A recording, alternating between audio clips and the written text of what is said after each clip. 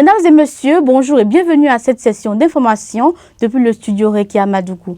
3 pays de l'Afrique de l'Ouest ont décidé de se retirer de la CEDEAO. Il s'agit entre autres du Mali, du Burkina Faso et du Niger. Ces États ont annoncé leur départ dimanche 28 janvier, accusant le bloc de sanctions inhumaines. Dans leur communiqué, ils expliquent que leur départ est causé par l'influence des puissances étrangères qui est devenue une menace pour les États membres de la CEDEAO et les populations dont elle est censée assurer le bonheur. Ils ajoutent également que la CEDEAO s'est éloignée des idéaux de ses pères fondateurs et du panafricanisme après près de 50 ans de sa création. Cependant, la commission de la CEDEAO affirme n'avoir pas encore reçu de notification formelle directe des 3 États membres concernant leur intention de se retirer de la communauté. Pour la CEDEAO, le Burkina Faso, le Niger et le Mali restent des membres importants de la communauté et l'autorité reste déterminée à trouver une solution négociée à l'impasse politique. La commission de la CEDEAO reste saisie de l'évolution de la situation et fera de nouvelles déclarations à mesure que la situation évolue, a-t-elle précisé. Au Brésil, un petit avion s'est écrasé après s'être disloqué en plein vol. Le bilan humain de ce drame est lourd. 7 personnes ont été retrouvées mortes hier dimanche après que le petit avion s'est écrasé dans une zone rurale de l'état de Minas Gerais dans le sud-est du pays, ont annoncé les autorités. L'avion monomoteur avait quitté Campinas à Sao Paulo et s'est disloqué en plein vol vers 10h30 dans la ville minière d'Itapeva, ont indiqué les pompiers de Minas Gerais. De fortes pluies se sont abattues dans la matinée sur la zone où s'est produite la tragédie. Des experts de la police civile de l'État et le personnel du Centre d'enquête et de prévention des accidents aéronautiques, CENIPA, travaillent toujours sur le site pour tenter d'établir les causes de l'accident.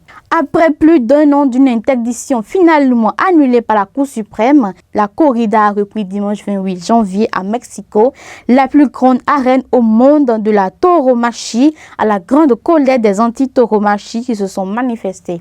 Des dizaines de milliers d'aficionados ont investi la Monumental Plaza de Toros, Mexico, qui peut recevoir jusqu'à 41 000 personnes assises pour la première corrida de la saison avec à l'affiche le torero mexicain Joselito Adam, blessé en avril d'un coup de corne à la jambe gauche. Les arènes étaient protégées par un cordon de policiers destiné à bloquer la marche des adversaires de la tauromachie qui ont défilé sous le slogan « La tortue n'est ni de l'art ni de la culture ».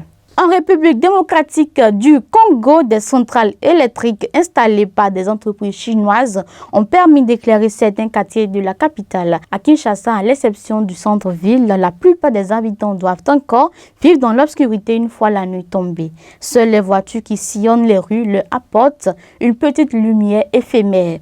La construction de la centrale hydroélectrique Zongo 2, dotée d'une capacité de 150 MW, devrait fournir un quart de l'électricité de Kinshasa.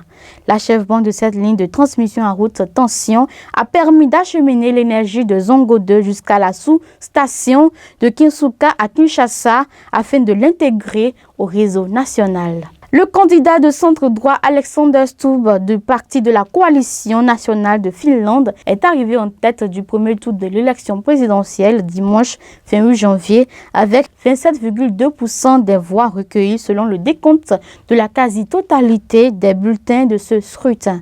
Le libéral Pekka Haavisto, membre du Parti vert, arrive en 2e position avec 25,8% des voix, suivi de Jussi Halla-aho, membre du Parti national finlandais avec 19% des voix. Si aucun candidat n'obtient plus de 50% des voix lors de l'élection de dimanche, un second tour sera organisé le 11 février entre les 2 candidats arrivés en tête.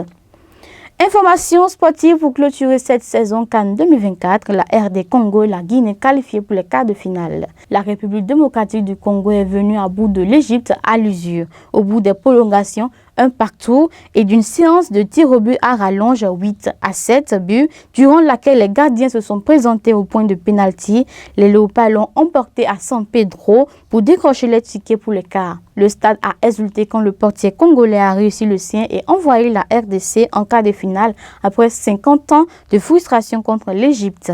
Ainsi, pour la première fois de son histoire, la Guinée a vécu une soirée forte en émotion ce dimanche après sa victoire 1-0 face à la Guinée équatoriale. Mais le Sili national ne compte pas s'arrêter en si bon chemin.